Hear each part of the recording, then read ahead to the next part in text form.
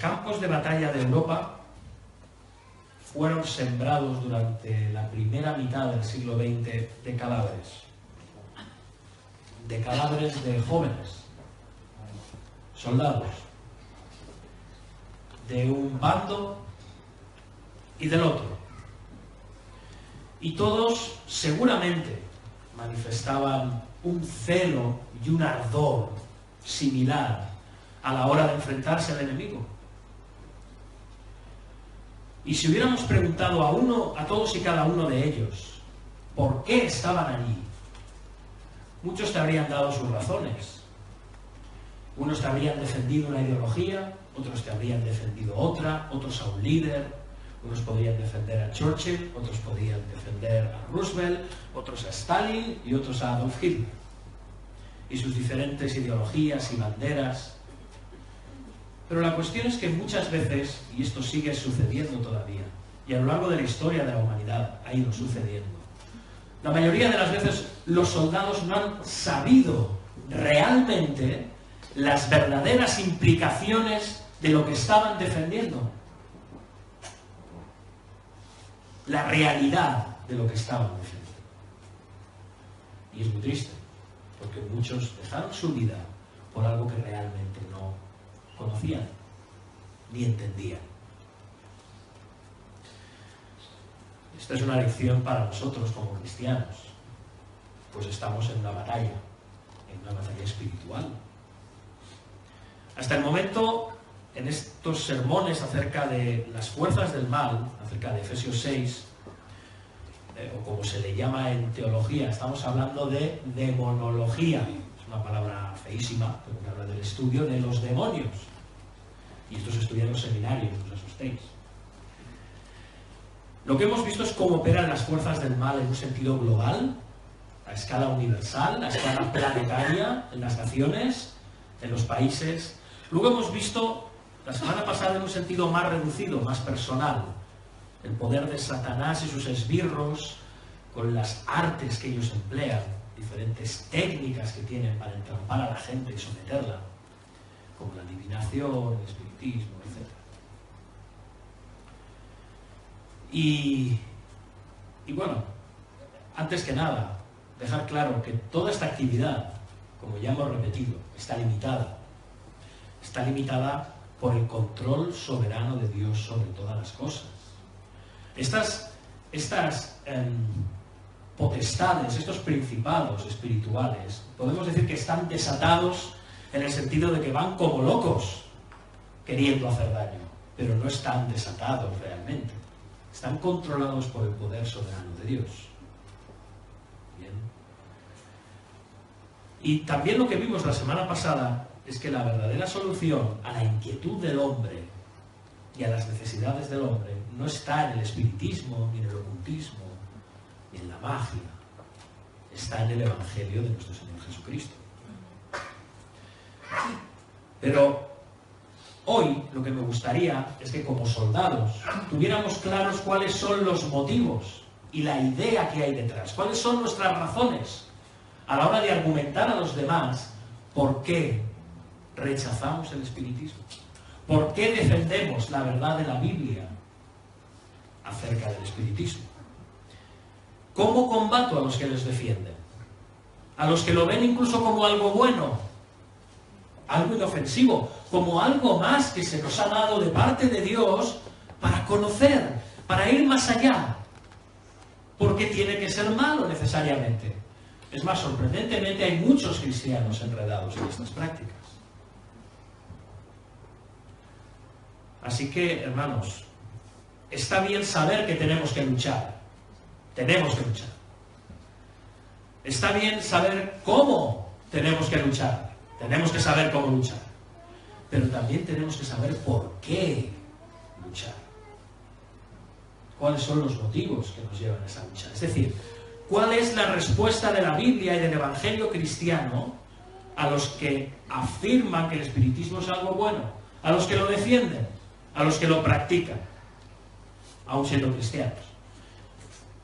Esto no es muy habitual en un sermón, pero voy a hacer una encuesta. Voy a pedir que levantéis vuestra mano y me digáis ¿Cuántas personas conocéis que están envueltas de una manera o de otra, a mayor o menor grado, con el espiritismo, la magia y el ocultismo?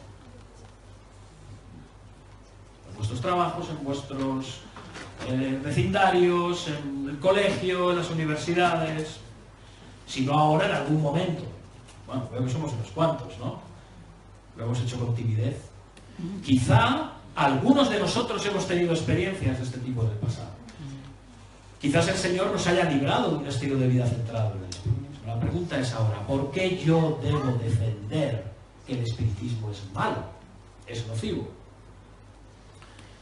Bien, tengamos claro, hermanos, que aunque, como dijimos la semana pasada, hay mucho fraude y hay muchos impostores, los cristianos no podemos negar los hechos. Es anticristiano. No podemos estar en el escepticismo ni en el oscurantismo. Este tipo de cosas ocurren. El mismo Señor Jesucristo nos advirtió: se levantarán falsos cristos y falsos profetas y harán grandes señales y prodigios. De tal manera que engañarán, atención, si fuere posible, aún a los escogidos. El Señor no nos está diciendo que estas cosas no iban a ocurrir. Es más, estaba diciendo que aún muchas de estas cosas se harían en el nombre de Jesús. En su nombre. Así que Él nos está avisando. Podemos llegar a ser tentados y engañados como cristianos, sin darnos cuenta. No olvidemos una cosa: los magos de Egipto reproducieron durante un tiempo los milagros que hacía Moisés por el poder de Dios. No eran trucos. ¿De dónde sacaron estos hombres ese poder? No de ellos mismos, sino de los demonios. Así que, recordemos, Satanás puede usar todas estas cosas extraordinarias para envolvernos, para seducirnos, para encandilarnos. Y hay cristianos, como decíamos antes, que a pesar de haber nacido de nuevo realmente y haber empezado a despojarse del viejo hombre, todavía se niegan a abandonar ciertas costumbres, ciertos amuletos, ciertas supersticiones. Según qué cosas las evito porque dan mala suerte. Esto lo voy a hacer porque da buena suerte. A ver si tengo buena suerte. ¡Uy, qué mala suerte que tengo! Tienen cuidado no de honrar a los difuntos, lo cual es totalmente lícito, sino de enfurecer a sus difuntos. Incluso ofender a sus difuntos, no sea que algo malo me pueda pasar. No estamos diciendo que haya que ofender a los difuntos, solo estoy diciendo que tienen ese miedo a que los difuntos puedan obrar negativamente en su vida y les castiguen. Cuidado, hermanos. Satanás es taimado y sabio y puede aprovechar estas cosas para enredarnos. De la misma manera, hermanos, Satanás está detrás de muchas religiones y muchas mal llamadas iglesias y muchas pseudociencias. Incluso está detrás del interés creciente en los escritos no canónicos, es decir, en los libros apócrifos. Estos libros que provienen del judaísmo tardío o del gnosticismo, pues parece que hay gente, que incluso cristianos, que se interesan.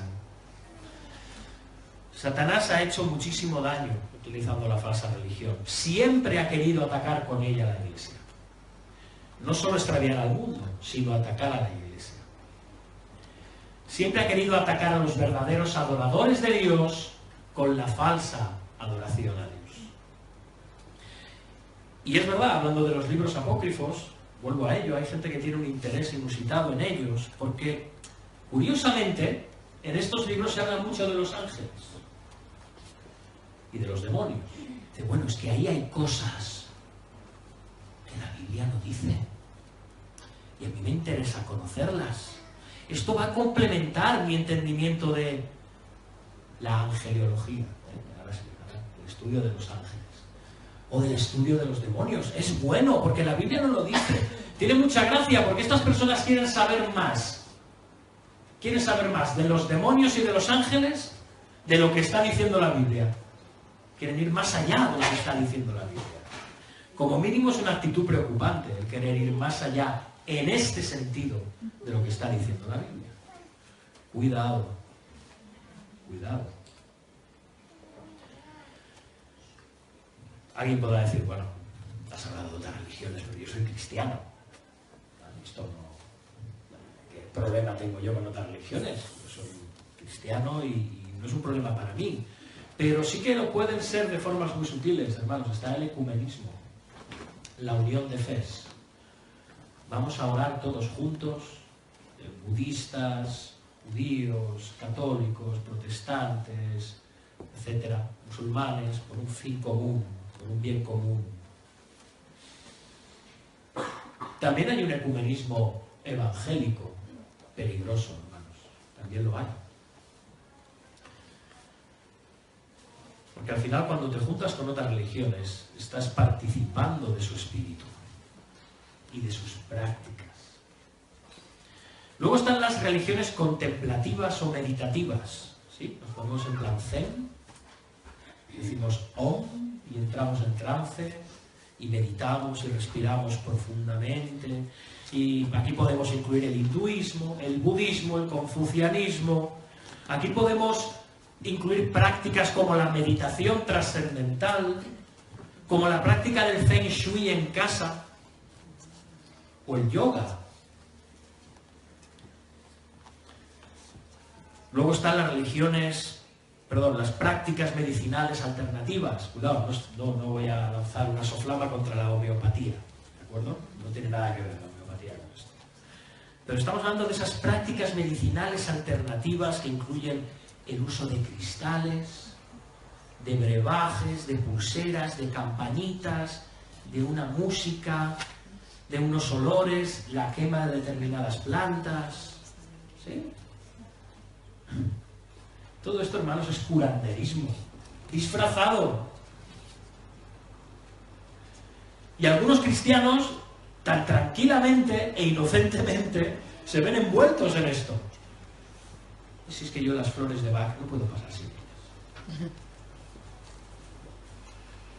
Al final, hermanos, todo tiene cierta relación. Tengamos cuidado con estas cosas. Rechacémoslas. Porque al final pueden ser puertas abiertas a la actividad demoníaca, ¿no? De una forma que no nos imaginamos. Luego están las mal llamadas cristianas, religiones llamadas cristianas, ¿no? O se hacen llamar ellas cristianas, pues los testigos de Jehová, los mormones, los adventistas del séptimo día. Hermanos, no son cristianos. Solo tienes que ver su doctrina fundamental. No son cristianos, aunque ellos se llamen cristianos. Aunque tengan un lenguaje similar al nuestro, aunque utilicen la Biblia. Bueno, más bien, ¿qué es lo que hacen? La utilizan. No les gobiernan, la utilizan para sus fines. Cuidémonos de tener relación con ellos, salvo que sea por un sincero interés por sus almas y por su salvación. Tenemos que tratarles como leprosos. Están igual de necesitados que cualquiera del Evangelio. Pero cuidado con aceptar sus doctrinas y enseñanzas. Porque son heréticas, son, como dice Pablo a Timoteo, doctrinas de demonios. Esas doctrinas no salen así de la noche a la mañana. No salen naturalmente de una confusión o de un despiste. Hay un interés de parte de Satanás por confundir. ¿Y qué más podríamos decir? Pues podríamos decir muchas cosas. En esas mal llamadas iglesias hay profecías, sueños, nuevas revelaciones, un falso don de lenguas, materialismo, como el del Evangelio de la Prosperidad, falsos milagros, sanaciones, risa santa. Cuidado con todo esto, hermanos. Todo esto no es de Dios.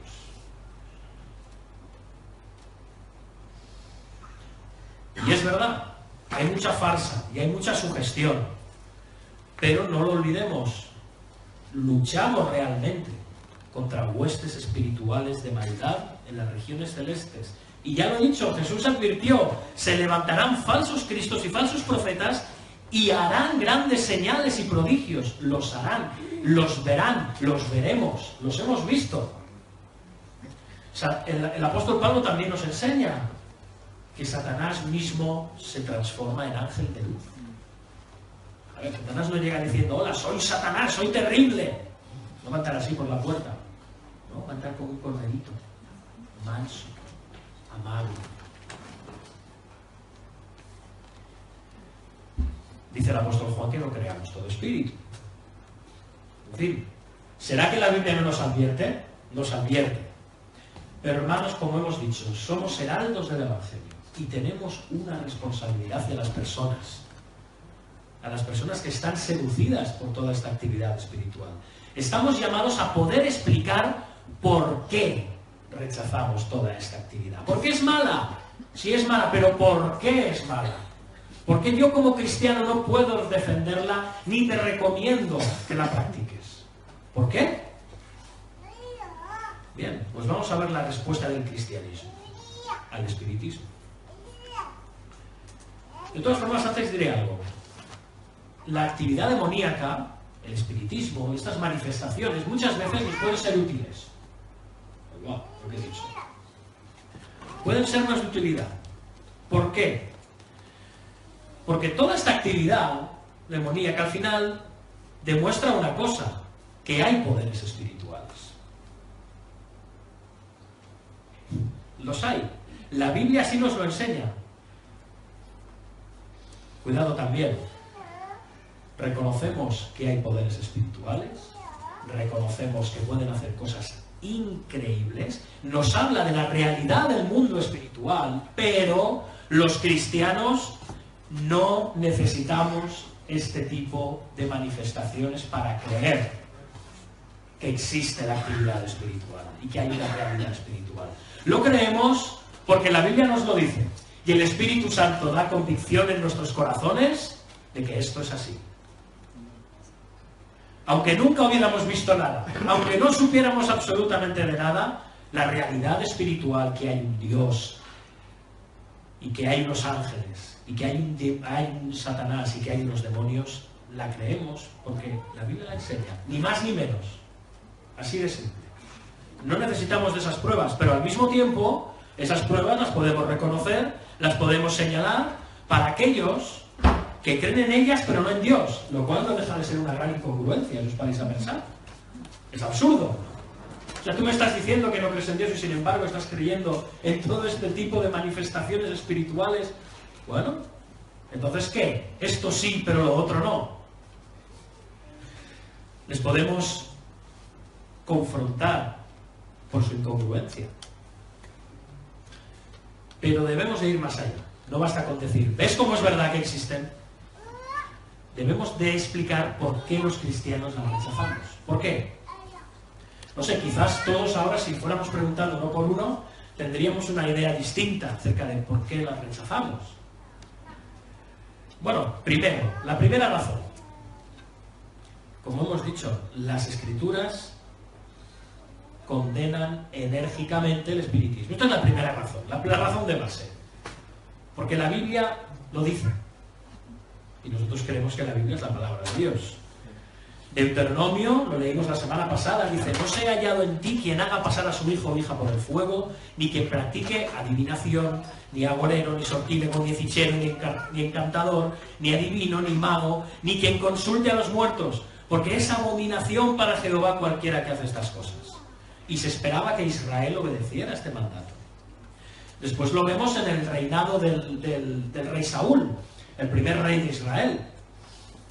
Primero de Samuel nos dice que Saúl había arrojado de la tierra a los encantadores y adivinos. ¿Por qué? Haciendo caso de lo que decía Deuteronomio. Es verdad que luego él, al final de su vida, una de las causas de su juicio y muerte fue al haber ido a consultar a una adivina. Pero él antes había expulsado a los adivinos, hechiceros y agoreros de la tierra de Israel.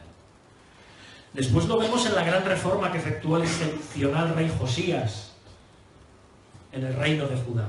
La nación se hallaba sumida en la apostasía, en la maldad, y Josías inicia una reforma, vuelve a la palabra. Y entonces, ¿qué dice Segundo de Reyes? Que Josías asimismo barrió a los encantadores, adivinos, terafines y a todas las abominaciones que se veían en la tierra de Judá y en Jerusalén. Después el profeta Isaías mismo está condenando a la nación de Israel porque busca la guía de los muertos mediante espiritistas en vez de buscar la guía de Dios. Dios que les había dado su guía y enseñanza directa a Israel, y sin embargo buscaban esa guía y enseñanza en los espíritus. Dice Isaías 8, y si os dijeren, preguntad a los encantadores y a los adivinos que susurran hablando, responded, ¿no consultará el pueblo a su Dios? ¿Consultará a los muertos por los vivos? A la ley y al testimonio. Si no dijeren conforme a esto es porque no les ha amanecido. O sea, Dios les había dado la ley y el testimonio. Pero la nación estúpidamente, neciamente, de forma clara y abierta buscaba guía y enseñanza y ley en los muertos para que solucionaran las cosas de los vivos. Es todo un homenaje a la necedad y a la rebeldía del corazón humano. Así que hemos visto estos 4 ejemplos. Hay infinidad más. La Biblia es clara al respecto y esto debería bastar para que nos mantengamos alejados del ocultismo. Pero de nuevo, la pregunta es muy legítima y nos la pueden hacer. Vale, sí, de acuerdo, la Biblia lo condena. Pero ¿por qué lo condena? Y de nuevo, quizá tengamos diferentes visiones al respecto. ¿Por qué?